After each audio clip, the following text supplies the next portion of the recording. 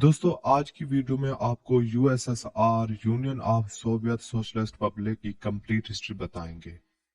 ये कब कैसे बना और कब कैसे टूटा, इसके बनने की क्या वजह थी, इसके टूटने की क्या वजह थी, इसके टूटने से पहले इसमें कौन से ममालिक थे, ये सब हिस्ट्री इस वीडियो में आपको बताएंगे। आपको ये जो मैप देख रहा है, इसमें जो रेड कलर देख रहा है, ये है रशिया। और बाकी जो 7 डिफरेंट कलर्स के साथ ममालिक नजर आ रहे हैं, 1991 से पहले ये सब, जिसमें टोटल 15 मुल्क शामिल हैं, ये सब एक ही मुल्क था जिसको यूएसएसआर कहते थे। यही यूएसएसआर था जिसने हिटलर को हराया, अमेरिका के साथ कोल्ड वार की थी, जिसने खला में सबसे पहले मसनूई सैटेलाइट भेजा था, और इसी ने सबसे पहले खला में इंसान को भेजा था। इसके अलावा और भी बहुत सारी चीजें थी जिसमें यूएसएसआर पूरी दुनिया से आगे था। लेकिन इतना सब पावरफुल होने के बावजूद भी 26 दिसंबर 1991 को यूएसएसआर टूट कर 15 मुल्कों में बिखर गया। सबसे पहले ये देखते हैं यूएसएसआर का मतलब क्या है। यूएसएसआर को union of Soviet socialist Republic कहते हैं, जिसमें सोवियत का मतलब है कानून बनाने वाला, सोशलिस्ट यानी माशरती या माशरे के लिए, और रिपब्लिक यानी जमहूरी, जिसको आसान अल्फाज में यूं कहेंगे कि ऐसा इत्तेहाद जिसमें एक बंदा पूरे माशरे के लिए कानून बनाए जो इसके इत्तेहाद में शामिल हो। इस यूएसएसआर का जो मुल्क हिस्सा थे वो सब अपने ही रूल्स फॉलो करते थे, लेकिन इन सब को कंट्रोल यूएसएसआर करता था। यूएसएसआर की हिस्ट्री को समझने से पहले हमें वर्ल्ड वार वन में जाना होगा, तब हमें यूएसएसआर की हिस्ट्री सही से समझ आएगी। 1914 से पहले रशिया एक बहुत ही वसी मुल्क था, जो अफगानिस्तान से लेकर नॉर्वे तक फैला हुआ था, जिसमें फिनलैंड और पोलैंड भी शामिल थे, और जो यूएसएसआर की कंट्रीज थे वो भी इसमें शामिल थे। जैसा कि आपको मैप में नजर आ रहा है, ये लोग पूरा एक रशियन एम्पायर कहलाता था। यूएसएसआर में जो कंट्रीज शामिल थे उनमें Russia, Kazakhstan, Armenia, Ukraine, Uzbekistan, Tajikistan, Latvia, Belarus, Azerbaijan, Lithuania, Estonia, Georgia, Turkmenistan, Kyrgyzstan, Moldova शामिल थे। 1914 में वर्ल्ड वार वन हुई। रशिया इस जंग में कूद पड़ा। उस वक्त रशिया में निकोलस टू हुक्मरान था। यह रशिया की सबसे बड़ी गलती थी जिसकी भारी कीमत चुकानी पड़ी रशिया को। जर्मनी से रशिया को शिकस्त हुई और जर्मनी और रशिया के दरमियान एक जंग बंदी का मुआहदा हुआ, जिसे ब्रेस्ट लिटोवस्क कहते हैं, जिसमें रशिया के टुकड़े होने का आगाज यहीं से हुआ। इस मुआहदे की शर्त के हिसाब से रशिया ने यूक्रेन, जॉर्जिया को आजाद कर दिया, और पोलैंड और बाल्टिक रियासतें, जिनमें लिथुआनिया, लातविया और एस्टोनिया, को जर्मनी और ऑस्ट्रिया और हंगरी के हवाले कर दिया, और कर्स, अर्दान और बातोम को तुर्की के हवाले कर दिया। इस जंग में कूदना रशिया के लिए बहुत ही खतरनाक साबित हुआ, जिसकी वजह से रशिया में गुर्बत और बेरोजगारी अरूज पर पहुंच गई, और बहुत सारे इलाकों से भी रशिया को हाथ धोना पड़ा। इसी वजह से फरवरी 1917 में दूसरा अवामी इनकलाब आया, जिसमें लेनिन ने निकोलस II की हुकूमत का तख्ता उलट दिया। इस इनकलाब के बाद रशिया में सिविल वार शुरू हो गई। इसमें एक तरफ लेनिन के हामी जिन्हें रेड्स कहा जाता था, और इनकलाब के मुखालफिन जिन्हें वार्स कहा जाता था। ये जंग लेनिन के हामियों यानी रेड्स या इनकलाबी के हामियों ने जीत ली। 1917 के बाद बाकी इलाके भी रूस से अलग हो चुके थे, लेकिन लेनिन ने 30 दिसंबर 1922 को यूएसएसआर यानी सोवियत यूनियन की बुनियाद रखी, और एक एक करके सब ममालिक को जो वर्ल्ड वार वन से पहले रशिया का हिस्सा थे उनको रशिया में शामिल किया जाने लगा, और फिर 1940 तक सब रियासतें यूएसएसआर का हिस्सा बन गईं। लेकिन इसमें फिनलैंड और पोलैंड आजाद ही रहे। बाकी 15 मुल्कों का यूएसएसआर बन गया। सोवियत यूनियन और रशिया एम्पायर में यह फर्क था, जब रशिया एम्पायर था उसको सिर्फ एक ही हुक्मरान कंट्रोल करता था, लेकिन यूएसएसआर में सबके अलग अलग सोवियत थी। वो सब अपने रूल्स और कानून फॉलो करते थे। लेनिन चाहता था कि रशिया में डेमोक्रेटिक निजाम को लाया जाए, इसी वजह से उसे इनकलाबी कहा जाता था, और अक्सर अवाम भी इसके हक में थी, और लेनिन की इसी सोच की वजह से उसे पसंद किया जाता था। लेकिन 1924 में लेनिन की मौत हो गई, और फिर यूएसएसआर की हुक्मरानी जोसेफ स्टालिन के हाथ में आ गई, और स्टालिन कम्युनिज्म का हामी था। इसने लेनिन के डेमोक्रेटिक नजरिए को दफन कर दिया, और फिर से यूएसएसआर में वही पुराना निजाम लागू हो गया। अब पूरे यूएसएसआर को सिर्फ एक पार्टी ही कंट्रोल करेगी, जो हुक्मरान पार्टी होगी। इसके अलावा ना कोई और पार्टी बन पाएगी, ना ही कोई दूसरी पार्टी बना सकता है। कुछ तारीखदान स्टालिन को हिटलर से भी ज्यादा नाजी कहते थे, क्योंकि इसने अपने ही मुल्क की अवाम, डॉक्टर, जर्नलिस्ट और फौज के बंदे मरवा दिए थे।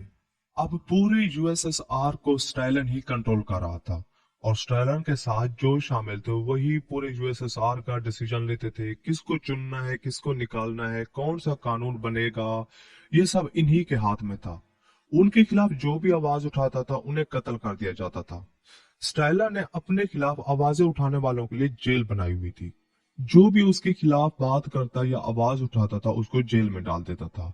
और जब 1953 में स्टालिन की मौत हुई, उस वक्त तक उसने जेल में 1 करोड़ 80 लाख लोगों को बंद कराया था, जिसमें लाखों लोगों को मौत के घाट उतार दिया गया था। दूसरी जंग के अजीम शुरू होने से पहले सोवियत यूनियन और जर्मनी के दरमियान एक मुआहदा हुआ, जिसके तहत 10 सालों तक दोनों मुल्क एक दूसरे के खिलाफ किसी भी किस्म की फौजी कार्रवाई नहीं करेंगे। लेकिन हिटलर ने मुआहदे की खिलाफ वर्जी की, क्योंकि हिटलर को लगता था स्टालिन की पॉलिसियों की वजह से सोवियत यूनियन काफी कमजोर हो गई है और वो आसानी से इस पर कब्जा कर लेगा। और जर्मनी सोवियत यूनियन पर चढ़ दौड़ा। लेकिन उस वक्त सोवियत यूनियन अमेरिका और बरतानिया का इत्तेहादी था, जिसकी वजह से जर्मनी को जंग में शिकस्त हुई और जर्मनी 2 हिस्सों में टूट गया। और सोवियत यूनियन ने मशरकी जर्मनी पर कब्जा कर लिया और मगरबी जर्मनी पर अमेरिका और बरतानिया का कब्जा हो गया। 1945 में वर्ल्ड वार 2 का इख्ताम जर्मनी की शिकस्त पर हुआ। अमेरिका चूंकि डेमोक्रेटिक नजरिए का हामी था और सोवियत यूनियन कम्युनिस्ट नजरिए का, तो इनके दरमियान नजरियाती जंग शुरू हो गई।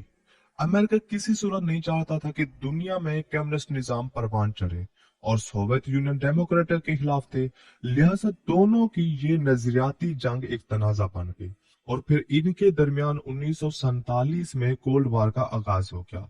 इस जंग में ये दोनों बरह रास्त आमने सामने तो नहीं थे, लेकिन ये अपने जैसे नजरिया रखने वाले मुल्कों को हर तरह से सपोर्ट कर रहे थे। कोल्ड वार, जो कि साउथ कोरिया और नॉर्थ कोरिया, इसके अलावा नॉर्थ वियतनाम और साउथ वियतनाम के दरमियान लड़ी गई थी। इसमें नॉर्थ कोरिया और नॉर्थ वियतनाम, जो कि कम्युनिस्ट निजाम के हामी थे, तो यूएसएसआर इनकी हर तरह से मदद कर रहा था। और साउथ वियतनाम और साउथ कोरिया डेमोक्रेटिक निजाम के हामी थी, यूएसए उनकी मदद कर रहा था। अमेरिका को यूएसएसआर का बहुत ही ज्यादा डर था, क्योंकि ये हर लिहाज से एक दूसरे को शिकस्त देना चाहते थे। इस वजह से अमेरिका ने खुद को महफूज बनाने के लिए दूसरे मगरबी यूरोपियन कंट्रीज के साथ मिलकर, जिनमें Canada, Denmark, United kingdom, Norway शामिल हैं, कुल 12 मुल्कों का इत्तेहाद था, 1949 में नेटो इत्तेहाद बना लिया। क्योंकि अब अमेरिका ने नेटो की शक्ल में एक नया इत्तेहाद बना लिया था, ये यूएसएसआर के लिए खतरे को मजीद बढ़ा गया, और उसे उसका कम्युनिस्ट निजाम को खतरा लाहक हो चुका था। तो खुद को बचाने और अमेरिका को टक्कर देने के लिए यूएसएसआर ने दूसरे मशरकी यूरोपियन कंट्रीज, जिनमें Albania, Bulgaria, east Germany, Hungary और पोलैंड शामिल थे, इन्होंने 1955 में वार्सा पैक्ट पर साइन कर दिया, और यूएसएसआर का भी एक नया इत्तेहाद बन गया। सोवियत यूनियन और अमेरिका हर लिहाज से एक दूसरे से आगे निकलना चाहते थे। उस दौर में ये दो आलमी ताकतें टेक्नोलॉजी में भी एक दूसरे को शिकस्त देना चाहती थी। टेक्नोलॉजी के इस दौर में यूएसएसआर बाजी ले गया, और उसने सबसे पहले 1957 में अपना मसनूई सियारा खला में भेज दिया। इसके बाद 1961 में खला में पहला इंसान भी यूएसएसआर ने भेजा था। यूएसएसआर टेक्नोलॉजी में अमेरिका से बहुत आगे निकल चुका था, लेकिन चांद पर पहला कदम रखने में अमेरिका बाजी ले गया, और 1969 में अमेरिका ने पहला इंसान चांद पर भेज दिया। इनका ये मुकाबला सिर्फ टेक्नोलॉजी के हद तक नहीं था, ये दिफाई लिहाज से भी एक दूसरे को शिकस्त देना चाहते थे, और असले की दौर में ये खरबों डॉलर्स खर्च कर रहे थे। उसी दौर में ये दोनों आलमी ताकतें न्यूक्लियर दौर में भी बढ़ चढ़कर हिस्सा ले रहे थे। उस वक्त इन दोनों के पास 26,000 एटमी हथियार थे। इसके अलावा दोनों मुल्क अपनी फौजी ताकत में भी इजाफा कर रहे थे। टैंक, सबमरीन, फाइटर जेट्स, और हर लिहाज से ये दोनों खुद को दिफाई तौर पर महफूज कर रहे थे। दोस्तों, अगर यूएसएसआर के टूटने की वजूहात की बात करें तो इसकी एक नहीं कई वजूहात थी।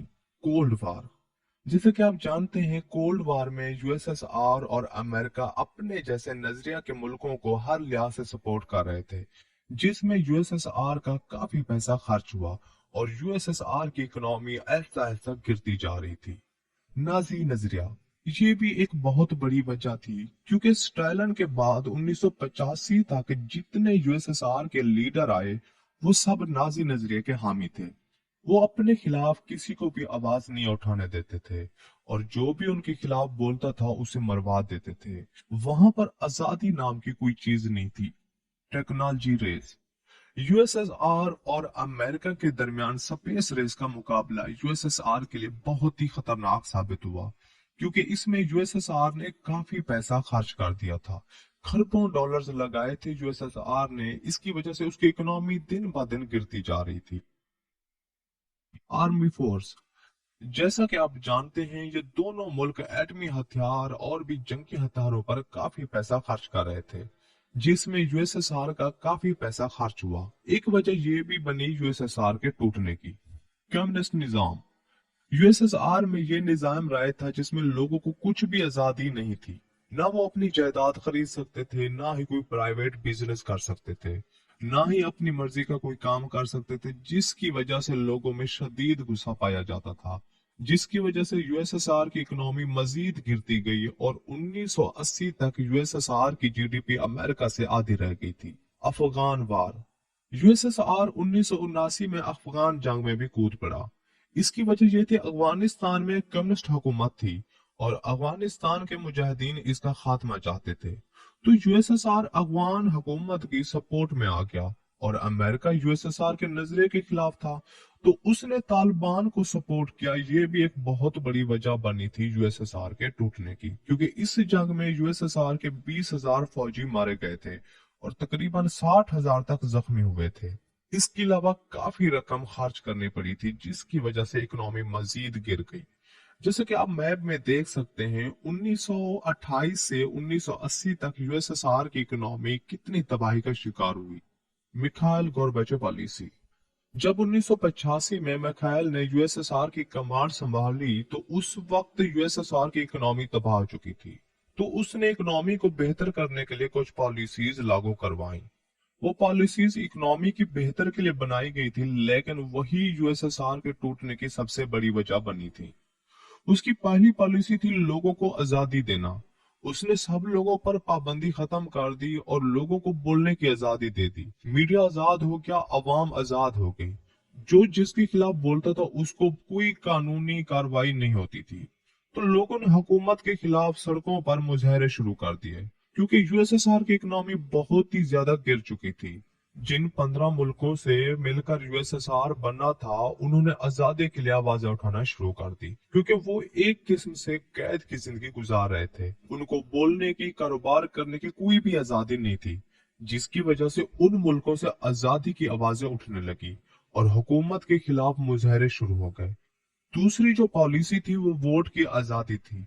इससे पहले अवाम को वोट का हक नहीं था, वो वोट नहीं दे सकते थे, क्योंकि यूएसएसआर खुद यूएसएसआर का सदर मेरिट की बुनियाद पर चुनते थे।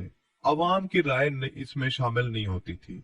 मिखाइल ने लोगों को वोट की आजादी दे दी। अब यूएसएसआर में 2 कैंडिडेट होंगे, अवाम जिसको वोट से चुनेगी वही यूएसएसआर की कमान संभालेगा। इसके अलावा लोगों को अपने प्राइवेट कारोबार करने की भी इजाजत दे दी गई और यूएसएसआर में बैरूनी सरमायाकारी की भी इजाजत दे दी गई।